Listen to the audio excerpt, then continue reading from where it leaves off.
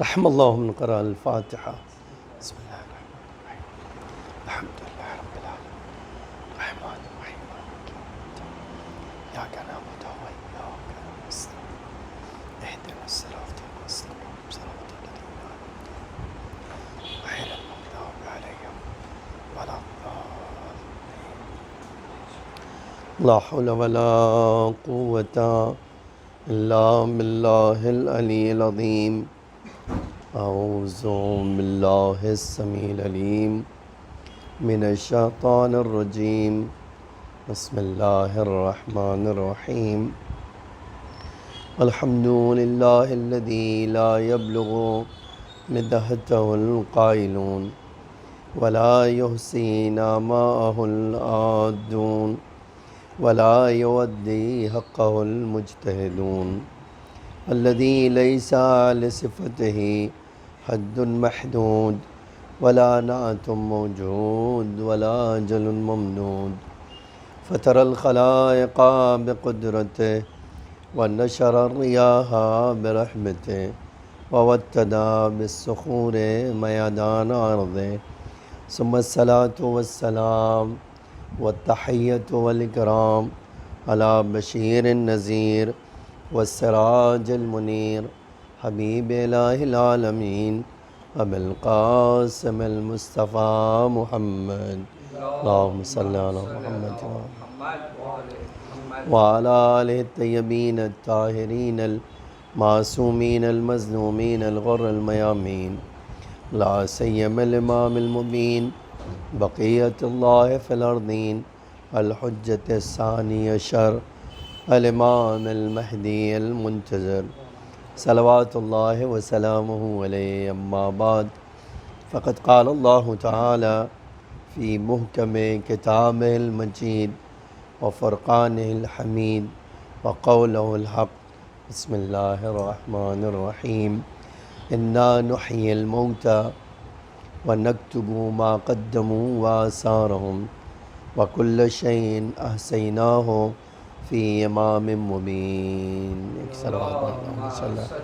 محمد وآل حضرات گرامی، ایک سورہ حمد اور 3 مرتبہ سورہ توحید پڑھ کر مرحوم محمد حسین چودھری کی روح کو اصال فرما دیں. بسم اللہ الرحمن الرحیم. الحمدللہ رب العالمین الرحمن الرحیم مالک یوم الدین ایاک نعبد وإیاک نستعین اهدنا الصراط المستقیم صراط غير المغضوب عليهم ولا الضالين. بسم الله الرحمن الرحيم.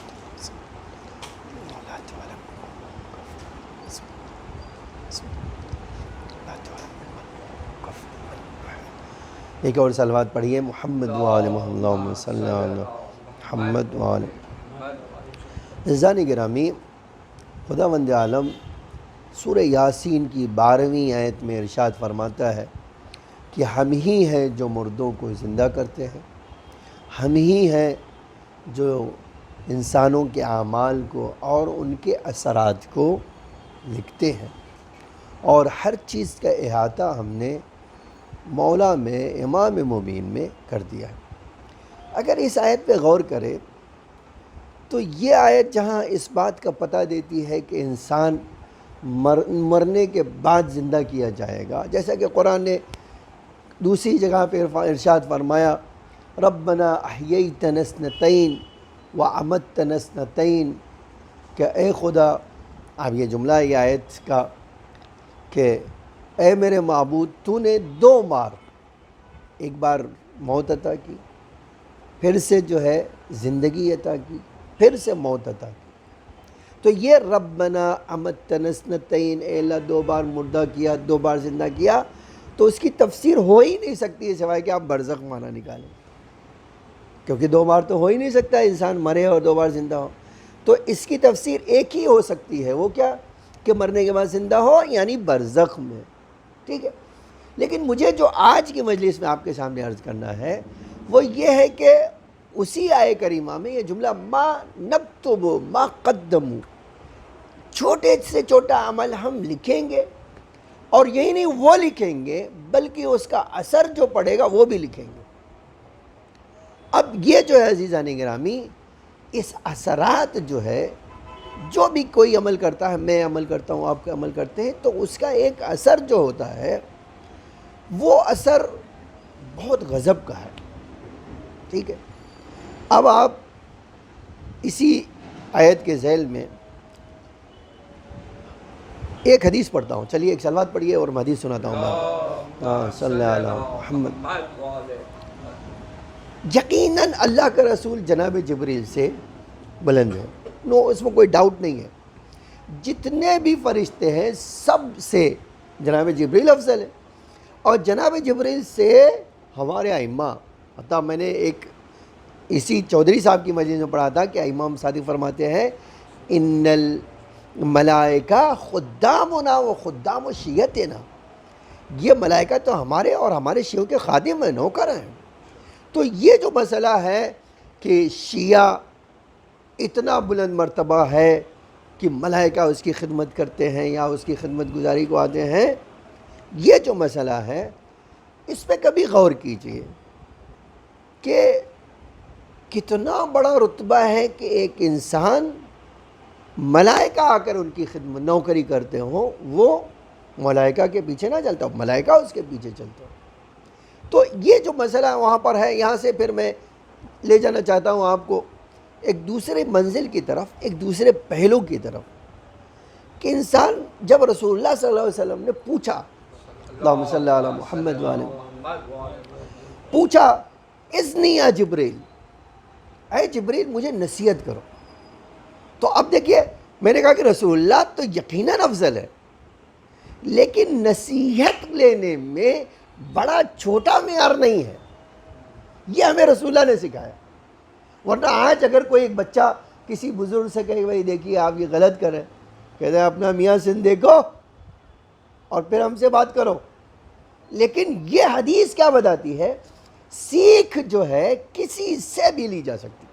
شاید یہی وجہ ہے کہ ائمہ ہمارے فرماتے تھے کہ انسان پرندوں سے بھی سیکھ لے سکتا ہے، انسان جانوروں سے بھی سیکھ لے سکتا ہے. تو انسان تو بہت بڑی بات ہے. اور یہی وجہ ہے شاید کہ شیعہ تنہا وہ قوم ہے جس کے اماموں کا یہ کہنا ہے یہ نہ دیکھو کون کہہ رہا ہے، یہ دیکھو کیا کہہ رہا ہے. ایک صلوات پڑھیے محمد و آل محمد پر. تو یہ دیکھو کیا کہہ رہا ہے، یہ نہ دیکھو کون کہہ رہا ہے. اسی لیے اگر کافر بھی حکمت کی بات کر رہا ہے تو مومن کے گمشدہ چیز ہے وہ جا کر وہاں سے لے لے. ٹھیک ہے. اب رسول اللہ نے کہا کہ اے جبریل مجھے نصیحت کرو. تو 3 نصیحتیں کی. آپ غور کیجئے گا، میں آنا چاہتا ہوں اور یہ برزخ کے بارے میں چند باتیں آپ کے سامنے عرض کرنا ہے.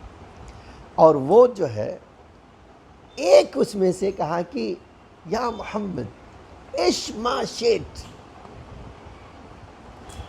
اے میرے حبیب، اے اللہ کے رسول، جو چاہیے جیسے چاہیے زندگی دنیا میں گزاری، وہ بحث نہیں ہے.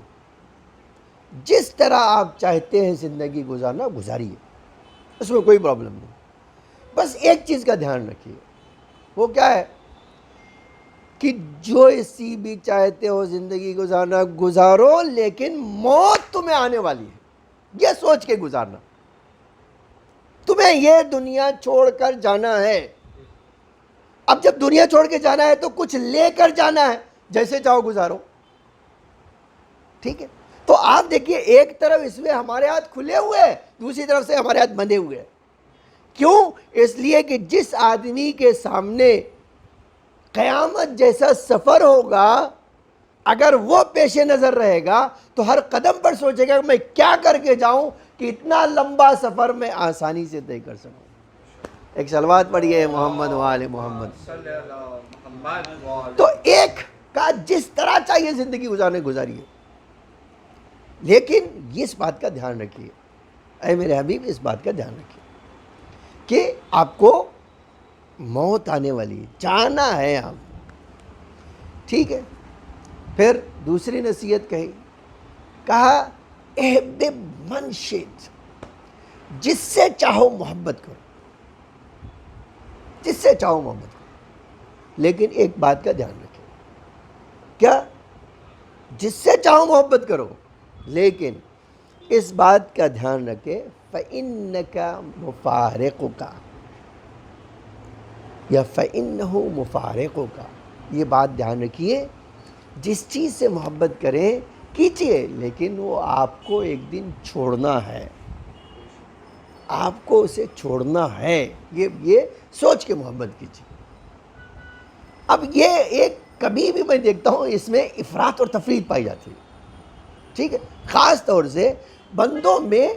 آج یہ نہیں کہنا چاہتا ہوں میں، مثلا اسلام میں بہت اعتراض کا سبب بنتا ہے کہ اسلام 4 شادی الاؤڈ کرتا ہے نا اعتراض، لیکن اسی قرآن میں نہیں پڑھتے ہیں کہ تمہاری طاقت نہیں ہے کہ انصاف کر سکو تو تمہیں ایک ہی شادی کرنا ہے۔ اب جب یہ تو بہت کلیئر ہے نا قرآن کا، لیکن یہ آیت نہیں دیکھتے، وہ آیت دیکھتے 4 شادی کی اجازت دے دی۔ تو 4 شادی کی اجازت کب دی ہے؟ جب ایک انسان اپنے کردار کو اتنا بلند کر لے کہ وہ ہر ایک کے ساتھ انصاف کر سکے۔ پھر اللہ کہہ رہا تم انصاف نہیں کر پاؤ گے، کیوں؟ کیونکہ تمہاری مزاج میں کیا ہے، کسی کی طرف جلدی سے جھک جانا۔ آج ہم یہی دیکھتے ہیں، اگر کسی کی ہندوستان میں کسی کی 2 بیویاں ہوں، مجھے آ کر بتا دے کہ وہ دونوں راضی ہوں، کہہ دے کہ بھئی ہم اپنے شوہر سے راضی ہیں، اس لیے کہ بڑا انصاف ہوا رہا ہے۔ جیسے ہی بات کریں گے کہ ایک بیوی سے دوسری بیوی سے کہ آپ کے 2 شوہر کیسے ہیں، اس کے منہ سے گالی نکلے گی کہ کیا بات کر رہے ہو، ایسا منحوس۔ آپ کسی کو دیکھ لیجئے، یہ میں اپنے تجربے سے کہہ رہا ہوں، میں تو روز اس بات کا سامنا کرتا ہوں کہ مومنہ فون کر کہتی ہے مولانا ایسا ذلیل انسان ہے کہ اب میں بتا نہیں سکتے، شادی تو کرنے آ گیا لیکن حق برا نہیں کرتا۔ اور یہی لانا چاہتا تھا میں، یاد رکھیے یہ جو ہے حق الناس، برزخ میں سب سے زیادہ جو چیز انسان کے لیے سختی کا سبب ہے یہی برزخ، ٹھیک ہے، حق الناس۔ اور حق الناس اتنی سختی سے برزخ میں سوال کیا جاتا ہے، اتنی سختی سے کہ علامہ مجلسی جیسے، آپ دیکھ لو علامہ مجلسی جیسے، ٹھیک ہے، علامہ مجلسی نے اپنے شاگرد کو نعمت اللہ جزائری کو بڑے دن کے بعد خواب میں آئے، جبکہ دنیا میں طے کر کے گئے تھے کہ اگر میں جو گزرے گی موت کے بعد سے سب آگے تمہیں بتاؤں گا، اپنے شاگرد سے طے کر کے گئے، اب سالوں ہو گیا نہیں آئے، تو یہ نعمت اللہ جزائری بڑے پریشان کی، استاد اتنی علامہ مجلسی محمد باقر مجلسی نے اتنی دین کی خدمت کی ہے، آخر ان کو کیا ہوا کچھ پتہ نہیں چل رہا ہے۔ ایک دن آئے خواب میں، پوچھا استاد کیا چیز اچھی لگی وہاں؟ کہا تم حیران رہ جاؤ گے، میرا کوئی عمل کام ہی نہیں آیا، میں کہہ رہا ہوں نماز کرنا نہیں، میں کہہ رہا ہوں کتاب کرنا نہیں، میں کہہ رہا ہوں یہ روزہ کرنا نہیں، تو میں تو حیران ہوں ابھی کیا کہوں ان سے۔ تو ایک نے میں نے کہا اب تو کچھ کہنے کو نہیں ہے، تو فرشتے کہا نہیں تمہارے آواز میں بھی بہت کچھ ہے۔ وہ کہا کیا ہے؟ آپ ذرا سوچئے گا برزخ میں اثر انداز کیا چیز ہو رہی ہے، واقعاً کیا چیز اثر انداز ہو رہی ہے، ٹھیک ہے۔ پوچھا، کہنے لگے ایک یہودی کا بچہ تھا، ایک دن میں اصفہان میں گھر کی طرف جا رہا تھا، ایک عورت ایک چھوٹے سے بچے کو لے کے بیٹھی ہوئی تھی اور یہودی بھی تھی، میرے ہاتھ میں ایک سیب تھا۔ اب جب گزرا میں تو بچہ وہ سیب ہاتھ میں دیکھ کے اب لپک رہا ہے، ماں اس کو بٹھا رہی ہے۔ اچھا میں نے دیکھا تو ہم کو بڑا اچھا لگا کہ بچہ ہے، وہ گئے اس کے ہاتھ میں سیب دے دیا۔ کہتے تمہیں پتا نعمت اللہ جزائری، اللہ کو ہمارا یہ کام اتنا پسند آیا کہ اللہ نے کہا یہ قبول، اس کی بنا پر حق الناس۔ آپ دیکھیے مخلوق کی خدمت کرنا، ٹھیک ہے. اب میں دوسری طرف بھی آنا چاہتا ہوں. میں خالی یہ جملہ کہہ کے دوسری طرف پوچھا اور کیا استاد، اور کیا آپ کو کام آیا برزخ میں؟ ایک تو مخلوق کی خدمت، انسانوں کی خدمت، ٹھیک ہے. کہا تمہیں ایک چیز اور میں بتاؤں کیا ہے. وہ کیا؟ کہتے ایک دن مجھ سے فرشتوں نے کہا تم جا رہے تھے اور بڑی سردی تھی، اور ایک بلی کا بچہ وہ سردی میں ٹھٹھرا رہا تھا، تم نے اٹھایا اور ہوا میں چھپا لیا. کہتے ہیں یہ فرشتے کہہ رہے وہ تمہارا عمل اللہ کو بڑا پسند آیا کہ تم نے اللہ کے مخلوق کی خدمت کی، اس لیے اب تم آزاد برزخ میں. کتنی آپ دیکھیے، ہم جو چیز کی اہمیت نہیں دیتے ہیں، اتنے چھوٹے سے عمل کو وہاں پوچھا جاتا. اچھا یہ ایک طرف میں تو دوسری مثال میں سنایا جاتا، اب بیچ میں آگے تو سنا دیا میں نے، لیکن مجھے کچھ اور سنانا تھا. ایک تاریخ میں ہے، ایک صاحب جج بن گئے، قاضی صاحب بن گئے. اچھا اسلام میں جج بننا بڑا سخت کام ہے، یاد رکھیے. میرے خیال سے جج بننے سے زیادہ کوئی سخت اسلام میں کام نہیں ہے. اس لیے کہ ایک بار قانون اسلام پڑھ لیے کہ بھائی جو جج بنے اس کی ذمہ داری کیا ہے. حتیٰ اتنی ذمہ داری ہے کہ دو جھگڑا کرنے ہوئے آئے اگر، تو اگر ایک کو 1 منٹ دیکھتا ہے تو دوسرے کو بھی 1 منٹ دیکھے. اگر ایک آدمی کی طرف لگاتار دیکھ رہا ہے اور دوسری طرف نہیں دیکھ رہا ہے تو آپ نے ناانصافی کی ہے، آپ نے انصاف کے تقاضے کو پورا نہیں کیا. اب تو آخر اسی لیے ہمارا ہوگا جب تک مرجع نہ بن جائے قاضی نہیں بن سکتا. مجتہد ہونا شرط ہے جو ہے جج بننے کے لیے، اس کے بغیر وہ نہیں بن سکتا. تو اتنی جہاں شرط ہو. اب قاضی صاحب تو قاضی بن گئے. اچھا بڑا ان کا نام تھا، بڑے انصاف ور قاضی ہے، بڑے انصاف ور ہیں اور بڑے اللہ والے ہیں اور اللہ کا خیال رکھتے ہیں اور یہ کرتے ہیں وہ کرتے ہیں، بڑا نام تھا. تو بیوی سوچتی تھی کہ میرا شوہر اتنا بڑا جج اور اتنا انصاف ور ہے، مرے گا تو اس کو بڑی نیکیاں ملے گی. ٹھیک ہے، مرے گا تو بہت. بیوی جج صاحب مر گئے اور دفن کیا. اب آخری دیدار میں بیوی نے کہا کہ میں ایک بار اور اپنے شوہر کو دیکھنا چاہتی ہوں، مجھے ایک چہرہ کھول کے دکھا دو. اب اللہ کو اس بیوی کو دکھانا ہے. کہتے جیسے ہی اس کے منہ سے کپڑا ہٹایا، دیکھا ایک سانپ اس کی ناک میں سے گھستا ہے اور دوسری طرف سے باہر نکلتا، ادھر آتا ادھر جاتا، ادھر آتا ادھر جاتا. ارے اب تو دیکھیے کسی کی بھی حالت، اسے جلدی سے بند کر دو، جلدی بند کرو قبر کو. قبر بند ہو گئی. ٹھیک ہے بھائی، قبر تو انسان تو ڈر ہی جاتا ہے کہ بھائی یہ اس طرح کے حالات دیکھ کے. تو اب جب قبر بند ہو گئی، بڑی تشویش میں کہ بھائی میرے شوہر نے کیا کیا ہے کہ آخر ان کو. آپ دیکھیے حق الناس کتنا اثر انداز ہوتا ہے، حق الناس کتنا اثر انداز ہوتا ہے. اب پریشان کہ بھائی میں، اچھا کبھی اللہ، میں نے کہا کہ سب کو نہیں دکھایا، اس بیوی کو دکھایا اللہ نے، ورنہ کسی نے دیکھا نہیں ہے، صرف بیوی نے دیکھا. اب جب بیوی نے یہ منظر دیکھا تو اس کو نیند ہی نہیں آیا رات کو، حیران پریشان.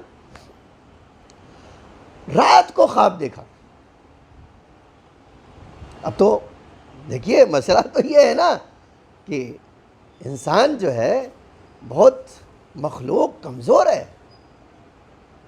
اب جب یہ دیکھ لیا کہ بھئی رات آئی، شوہر کو خواب میں دیکھا کہ اس طرح کے حالات ہیں، اور پوچھا اس نے بیوی سے نے کہ آپ تو اتنے نیک آدمی تھے، اتنے بڑے جج تھے اور اتنے انصاف ور تھے، اور آپ کی حالت یہ ہوئی، ماجرا کیا ہے؟ تو سننا چاہتی ہو؟ کہا بالکل سننا چاہتی ہوں. کہا تمہارا بھائی سالہ میرا، وہ سالے کی وجہ سے بھگت رہا ہوں. میرے بھائی نے کہا کیسے کیا ہوا تھا؟ کہ ایک دن تمہارے بھائی نے جھگڑا کیا اور آ گیا کورٹ میں معاملہ. اب جب کورٹ میں آیا تو میں دعا کر رہا تھا کہ اللہ سالے کے ساتھ میرے حق میرے سالے کے ساتھ ہو، ورنہ میری مصیبت بڑھی جائے گی. اور میں دعا کر رہا تھا. اور اچھا جب کیس سنا تو اتفاقاً سچائی بھی میرے سالے کے ساتھ تھی. میں نے فیصلہ سنا دیا کہ بھائی اس میں جو ہے میرے سالے کی کوئی غلطی نہیں ہے, آپ کی غلطی ہے. آپ کہتے وہ جب قبر میں آئے تو فرشتے کہہ رہے ہیں یہ سچ ہے کہ تمہارا سالہ حق پر تھا, لیکن تمہیں کس نے حق دیا تھا کہ اپنے سالے کی طرف ساری توجہ کرو, اس بیچارے کی طرف دیکھو نہیں؟ تم نے چونکہ انصاف کے تقاضے کو پورا نہیں کیا, دونوں کو ایک نظر سے نہیں دیکھا, اس لیے تمہیں برزخ میں اس عذاب سے گزرنا ہے. اور کب تک گزرنا ہے؟ دیکھیے یہ بڑی عجیب بات ہے.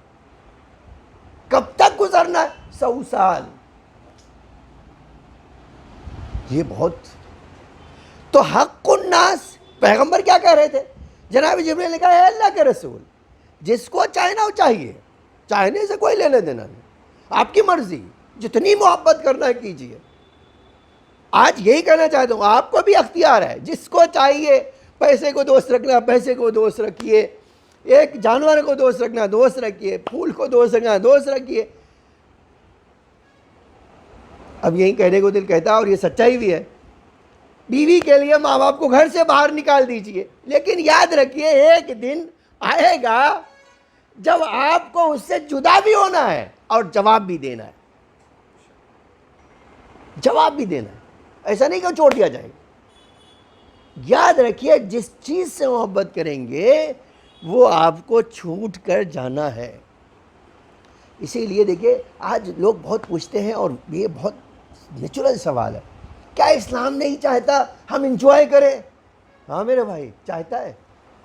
اسلام کبھی بھی نہیں. آج قرآن میں یہ یوں ہی آیت نہیں آئی, کلوا واشربوا ہنیئا لکم, کھاؤ پیو مبارک ہو تمہیں. اب یہ مبارک ہو تمہیں کہہ رہا ہے, اس کا مطلب یہ کہ وہ منع ہی نہیں ہے, لیکن یاد رکھو تم اسی کے لیے مر نہ جانا. اتنی اس کی تڑپ تمہارے دل میں اتنی نہ ہو کہ اگر وہ تمہیں نہیں مل رہا ہے تو تم کرائم کرنے لگو, خدا نے کہا اس برائی کی طرف چلے جاؤ. تو کسی بھی چیز کو چاہنے کے لیے ایک لمٹ ہے, سوائے امام اور خدا کے چاہنے. جتنا چاہو گے اتنا تمہیں فائدہ ملے گا. یہ چیز جو ہے دیکھیے, اسی لیے کہا جاتا ہے کہ انسان یاد رکھے جاتے ہیں, وہ انسان یاد رکھے جاتے ہیں جو اپنی خواہشات پر اپنے مولا کی خواہش کا تو ترجیح دیتے ہیں. جب میں اس مرحوم کے عیسائی ثواب کی مجلس پڑھتا ہوں, میں نے پہلی مجلس میں بھی کہا تھا, اس وقت بھی کہہ دیتا ہوں, خدا کی قسم یہ چیز اس کی ایک امتیاز تھی, ایک خصوصیت تھی, ایک کمال تھا. کوئی کہہ دیتا بھائی مولا کا یہ کام ہے, کہتا ٹھیک ہے اپنا کام چھوڑ کر مولا کا کام کرتا ہوں. یہ ہے ہنر. آج وہ چاہنے والا چلا گیا, ساری چیزیں رہ گئی, سب چیزیں چھوڑ کے چلا گیا, کوئی چیز لے کر نہیں گیا. لیکن جو لے کر گیا ہے اور جن کی محبت لے کر گیا ہے, جب سب چھوڑ کر جاتے ہیں تو وہ ساتھ میں آتے ہیں. ایک صلوات پڑھیے محمد و آل محمد پر. یہ خصوصیت ہے ان کی, جب سب ساتھ چھوڑ دیں گے تو وہ اس وقت حاضر ہو جائیں گے, اس وقت مدد کریں گے. تو ایک چیز یاد رکھیے کہ کچھ بھی کرنا ہے, یاد رکھنا مکافات عمل کے لیے تیار ہو. اس کا جو ہے ریئیکشن جو ہوگا, کچھ اعمال تو ایسے ہیں, یہی جو میں کہہ رہا تھا, اللہ کے بندوں کے اعمال کچھ کو حقوق, خدمت خلق, ایک ایسی چیز ہے جو اس دنیا میں بھی اثر انداز ہوتی ہے اور آخرت میں بھی اثر ہوتی ہے. آپ دیکھیے بہت کم لوگوں کو دیکھا گیا ہے جن کو اللہ ڈھیر ساری دولت دے, ڈھیر ساری نعمت دے, اور وہ اپنے آپ کو سنبھال سکے. بہت ریئر ہوتا ہے. آج آپ اسی شہر میں دیکھ لیے لوگوں کو ہزاروں کروڑ روپے ہیں, لیکن آپ ان سے پوچھئے کہ وہ اللہ کے بندے ہیں, تو میں کہوں گا بندے نہیں, وہ شیطان ہے. ٹھیک ہے, یہ بات آپ یاد رکھیں. اسی لیے اللہ نے اتنے انبیاء میں سے, ٹھیک ہے, جو دو دولت مند اچھے لوگوں کا ذکر کیا, وہ 2 نبی ہیں. آپ دیکھیے, ایک ذوالقرنین, ایک جناب سلیمان. ورنہ کسی نبی کی یہ نہیں ذکر گا کہ بڑا دولت مند بنایا اور بڑا اچھا انسان تھا، بلکہ اس کے اپوزٹ میں قرآن میں مل جائے گا کہ جب دنیا کی فراوانی اس کو مل گئی تو شیطان بن گیا، ظالم بن گیا۔ کتنی مثالیں قرآن نے لا کے دی۔ اب میں اس میں نہیں جانا چاہتا ہوں، لیکن بہت ریئر ہوتا ہے کہ اچھا جب ایسے ریئر لوگ ہوتے ہیں تو ان کے لیے اللہ ریئر کام بھی کرتا ہے، ان کے لیے انتظام بھی ریئر کر دیتا ہے۔ انہی ایک میں سے تاریخ میں ملتا ہے کہ برزخ دیکھو کیسی اس کی اچھی تھی۔ ایک تاجر یحییٰ زادے مشہد کے رہنے والے تھے، ڈھیر ساری دولت تھی، لیکن اس بندے خدا کی عجب خصوصیت تھی۔ آپ دیکھیے آج اس کا نام کیسے باقی رہ گیا، یہ اسی کے لیے باقی رہ گیا۔ جیسے ہی کسی کے بارے میں پتا چلتا ہے بھائی وہ مر گیا، تو پہلا کام کرتا تھا مرنے والے کے گھر والوں کا پتہ لگا تھا، حالات کیسے ہیں، بچے کیسے ہیں، کیا گزر رہی ہے ان پہ۔ اور اگر کسی کو پتہ لگوا لیا بھائی بڑا بزنس مین ہے، چاہ گیا کہ بھائی یہ آدمی مر گیا اور اس کے حالات ایسے ہیں، تو کیا کرتا تھا، پورے گھر کا خرچ اٹھا دیتا۔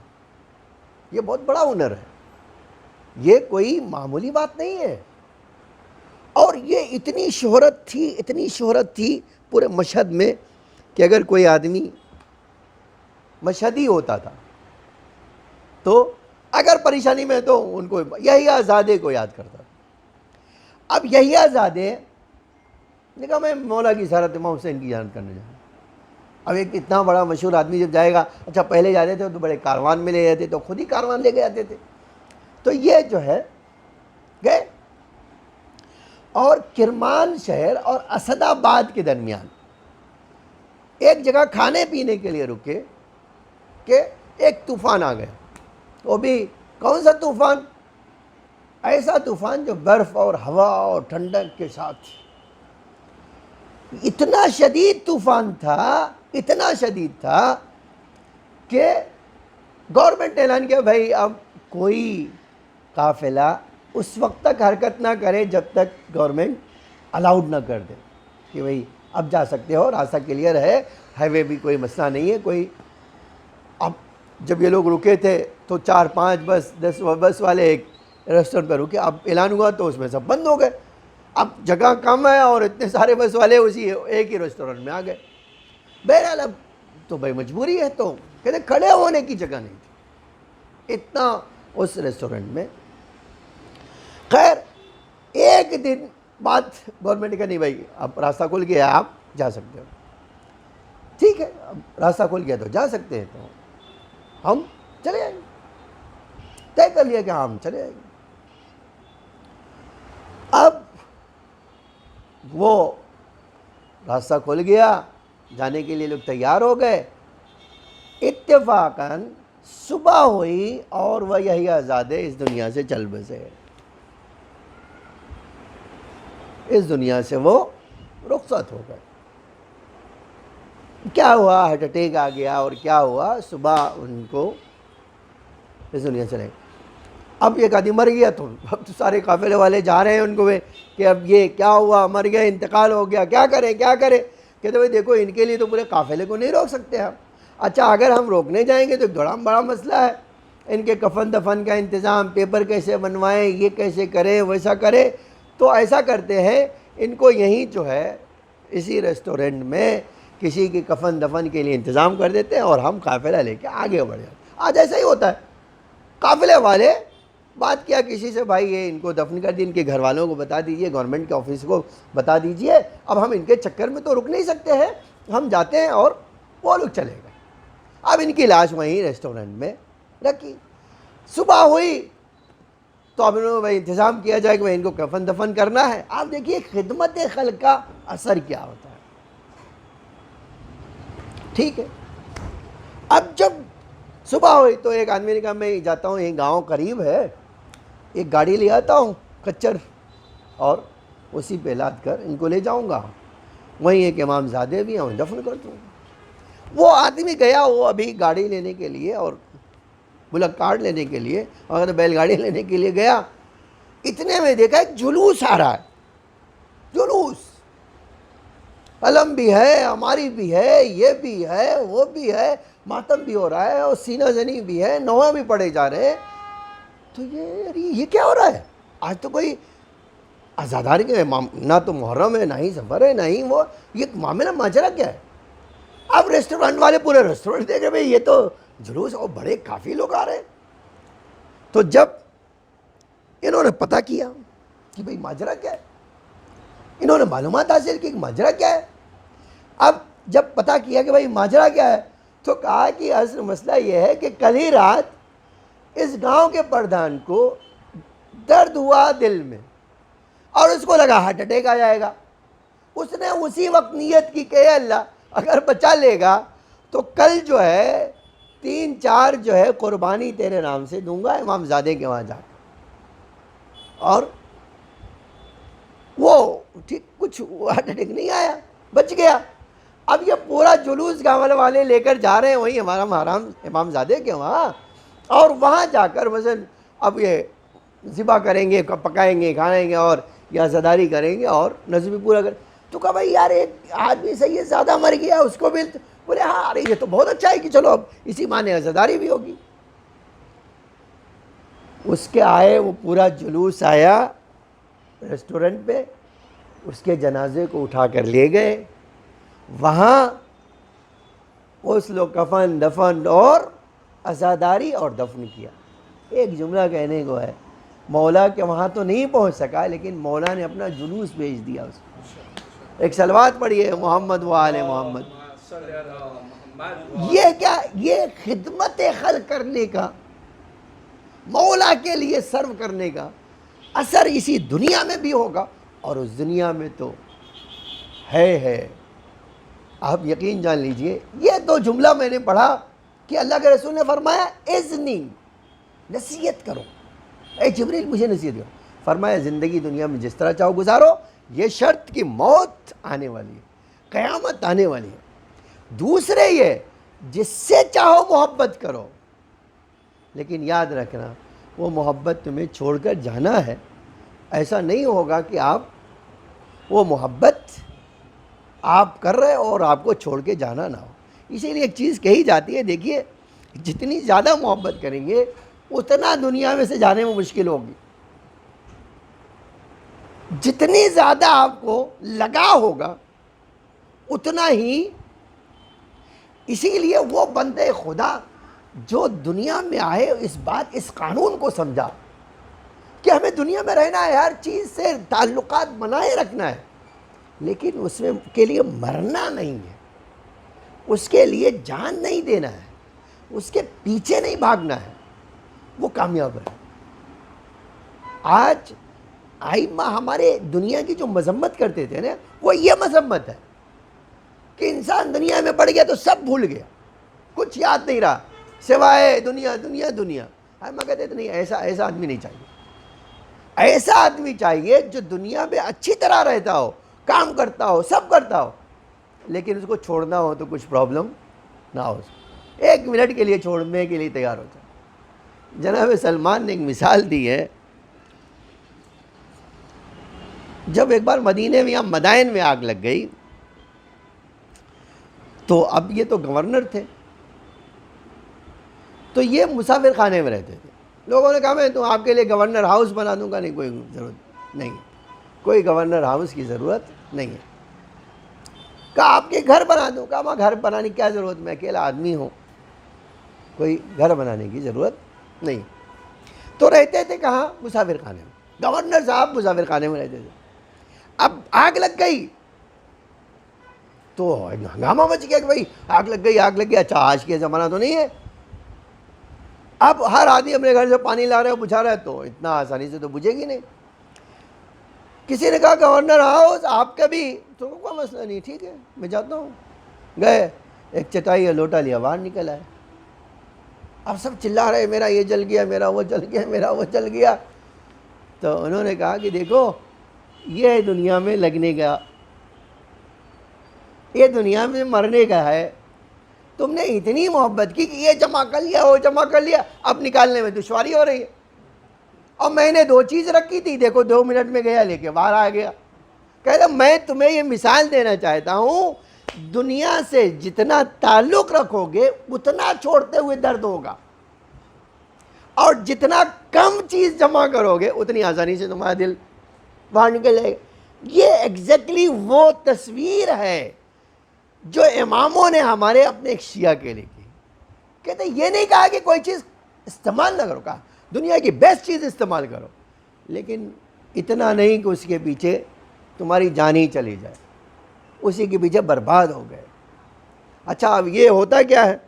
اب میں نے مثال کے طور پر میں نے 10 لاکھ روپے جمع کر لیا، کہتے 10 لاکھ کو 20 لاکھ کیسے بناؤں، 20 لاکھ کو 30 لاکھ کیسے بناؤں، 30 لاکھ کو 40 لاکھ۔ اچھا اگر ایک جگہ یہ ہوتا نا کہ میں کہتا اگر آپ سے کہ مثلا چلو بھائی میں نے 2 کروڑ جمع کر لوں گا بس ختم ہو جائے گا، نہیں میرا بھائی، جب 2 کروڑ ہوگی نا تو کہیں گے 100 کروڑ چاہیے، جو 100 کروڑ آئیں گے تو 1000 کروڑ چاہیے۔ اچھا جتنا زیادہ ہوگا اتنی خواہش بڑھتی جائے گی، تو نتیجہ کیا ہوگا؟ نیند ہی نہیں آئے گی اس کو۔ یہ اصل یہ حکمت جو اماموں نے فرمائی کہ دیکھو یہ جو جملہ ہے، کسی چیز سے اتنی محبت نہیں کرنا کہ چھوڑتے ہوئے تمہارا دم نکل جائے۔ ٹھیک ہے، اب آپ دیکھیے تیسری چیز سن لیجئے اور بات سمیٹ لوں۔ تیسری چیز فرمایا جناب جبریل نے کہ یا رسول اللہ جتنی چیزیں ہیں اس سے کوئی بحث نہیں ہے، کہ اللہ کے رسول آپ اس بات کو زیادہ مناسب طور سے سمجھ سکتے ہیں، محبت کرنا ہے کیجئے، لیکن اس بات کا دھیان رکھ کے محبت کیجئے، اے اللہ کے رسول محبت کیجئے، اس بات کو دھیان رکھے کہ آپ کو چھوڑنا ہوگا۔ تیسری چیز سن لیجئے، اور میں نے کہا کہ بات اس کو مختصر کر دیتا ہوں۔ کہتے ہیں اے اللہ کے رسول ایک بات کا اور دھیان رکھنا ہے۔ پوچھئے کس کا؟ کہتے ہیں جو اپنے لیے چاہتے ہیں وہ دوسروں کے لیے بھی چاہیے۔ ٹھیک ہے، یہ جو مسئلہ ہے نا یہ کہ میں اپنے لیے وہی چاہوں جو بندگان خدا کے لیے چاہوں، اپنے لیے دوست رکھوں وہی دوسروں کے لیے دوست۔ آج کبھی آپ ڈھونڈیے اس طرح کی چیز کو کہ میں اپنے لیے جو پسند کروں، حب لنفسک حب لأخیک ما تحب لنفسک، اپنے لیے وہی چاہو جو اپنے بھائی کے لیے چاہو۔ ابھی ایسا ہو ایک ریسٹورنٹ میں جائیں اور ایک غریب کو بھی لے جائیں، کہتے اچھا یہ میرے برابر بیٹھے گا، یہ میرے برابر بیٹھے گا۔ میں نے مسجد میں دیکھا، دیکھو مسجد میں اللہ کا گھر ہے، ایک غریب بیٹا ہاتھ نہیں ملایا، اس نے آ کے مجھ سے شکایت کی کہ یہ امیر آدمی اتفاق سے جمعہ میں ہمارے بیٹھ گیا، جگہ نہیں تھی، ہم نے ہاتھ ملایا تو ہمیں ڈانٹ رہا ہے کہ تمہاری ہمت کیسے ہوئی ہم سے ہاتھ ملانے کی۔ اب ایسا آدمی برزخ میں جائے گا تو کیا ہوگا؟ اب یقین جانیے اس کو بہت مخلوقات خدا کا حق بہت دردناک ہوگا ایسے آدمی کے لیے برزخ۔ اللہ اکبر، واقعی میں کہتا ہوں اللہ اکبر، اللہ مجھے آپ کو اس سے بچائے۔ یہ بڑی عجیب چیز ہے انسانوں کے لیے کہ بھئی میں ایک مومن کی عزت کعبے سے بڑھ کر ہے۔ اب یہ جو مومن کی عزت کعبے سے بڑھ کر ہے، آپ کعبے کی بے حرمتی کریں اور آپ کہیں گے بہت میں بڑا اچھا انسان ہوں، کہیں گے اچھے انسان ہیں۔ تو اسی لیے یہ 3 جملہ رسول اللہ نے فرمایا اور کہا یاد رکھو اگر تم نے یہ کیا تو یاد رکھو اس کا تمہیں اثر بھگتنا ضرور پڑے گا، مکافات عمل تمہیں دیکھنا ہی پڑے گا۔ یہ جو کہ ما قدموا وآثارہم، جو تم نے بھیجا وہ بھی دیکھو گے اور اس کے اثرات کو بھی دیکھو گے، اسی دنیا میں یا برزخ میں دیکھو گے۔ اور جب آپ سوچئے کہ ایک آنکھ اٹھا کر کسی کی طرف زیادہ دیکھتے ہیں آدمی، تو وہ سوال جب کیا جائے گا تو ایک مومن کی توہین کیسے برداشت کی جائے گی، ایک مومن کا حق کیسے برداشت کیا جائے گا؟ اسی لیے ہنر یہ ہے کہ اس دنیا میں جب میں اور آپ رہیں تو اس سیرت کو اپنائیں جو ہمارے آقا کی ہے، جو ہمارے مولا کی ہے۔ آپ دیکھیے اس سیرت میں کتنا وہ پابندی کرتے تھے۔ آپ کبھی یہ پڑھتے ہیں، ہم سب سنتے ہیں، پڑھتے ہیں، دیکھتے ہیں، مولا راستے میں ایک فقیر دعوت دیتا ہے، اس کے ساتھ بیٹھ جاتے ہیں۔ آپ کبھی دیکھیے اس چیز کو، مولا کی ایک امام کی سیرت میں نہیں ہے۔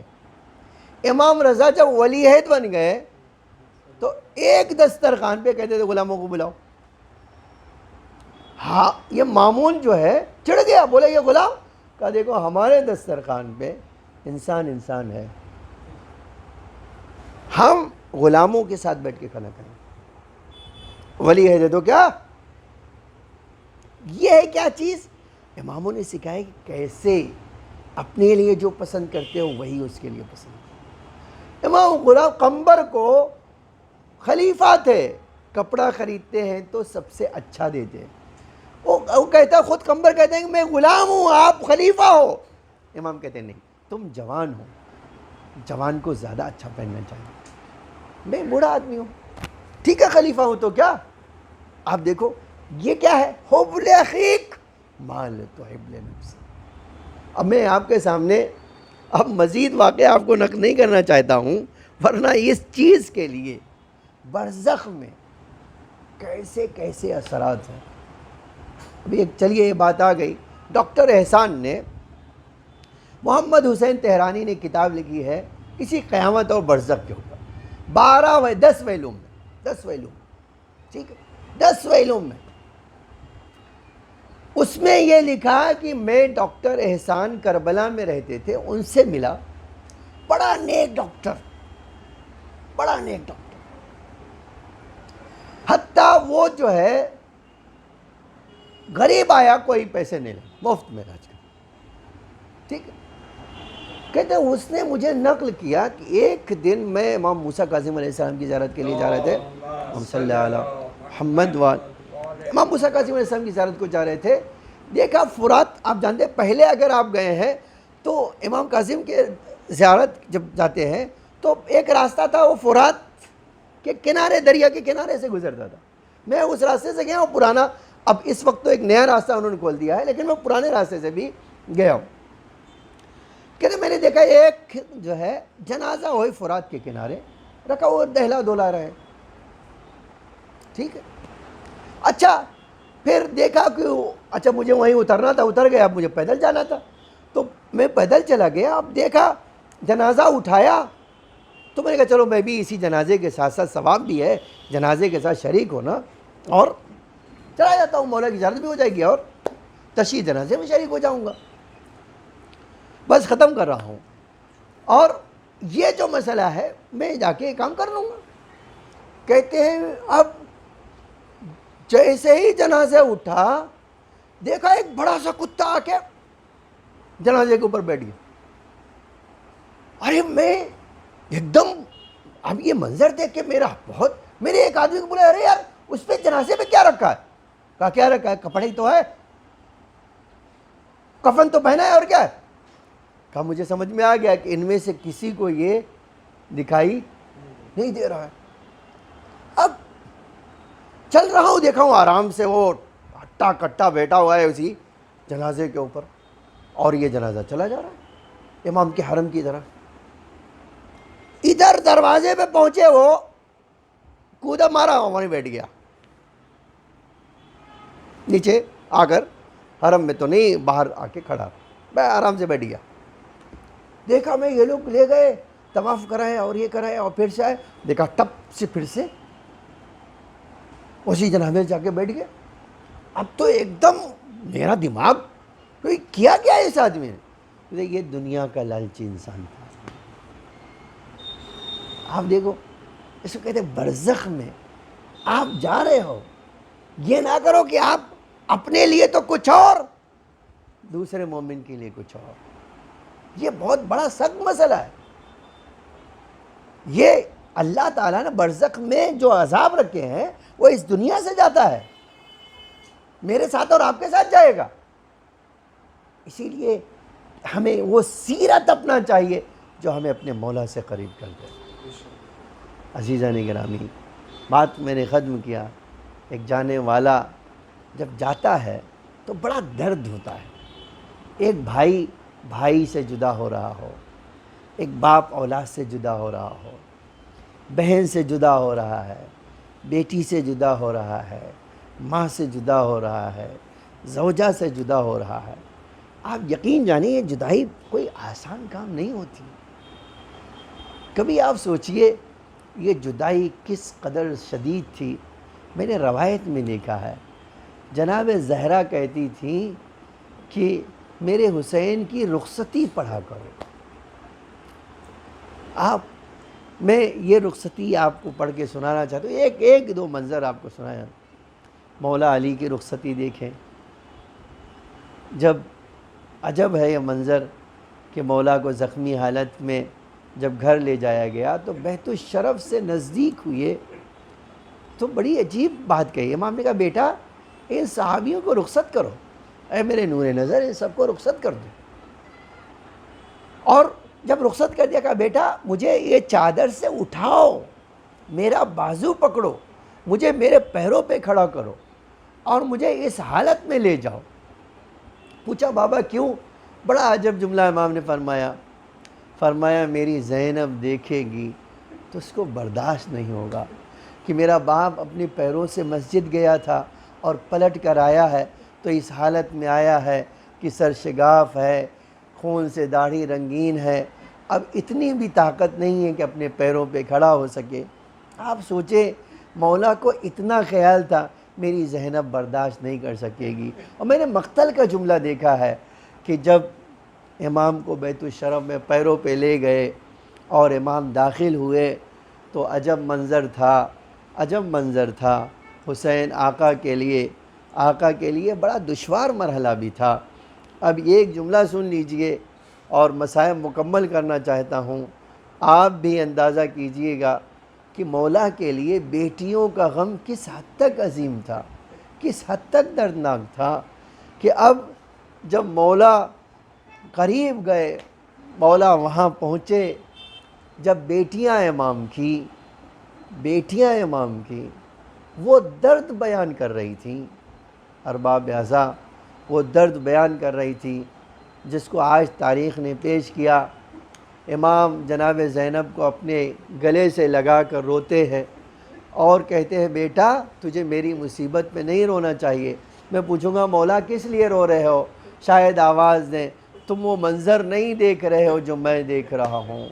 ارباب اعضاء ایک رخصتی زینب کی اپنے بابا سے ہے، ایک رخصتی یہی اگر آپ کربلا میں دیکھیں، ایک بہن جب اپنے بھائی سے جدا ہو رہی تھی، حسین نے صدائے استغاثہ بلند کیا، صدائے استغاثہ بلند کرنا تھا، بہن کے رونے کی آواز آئی۔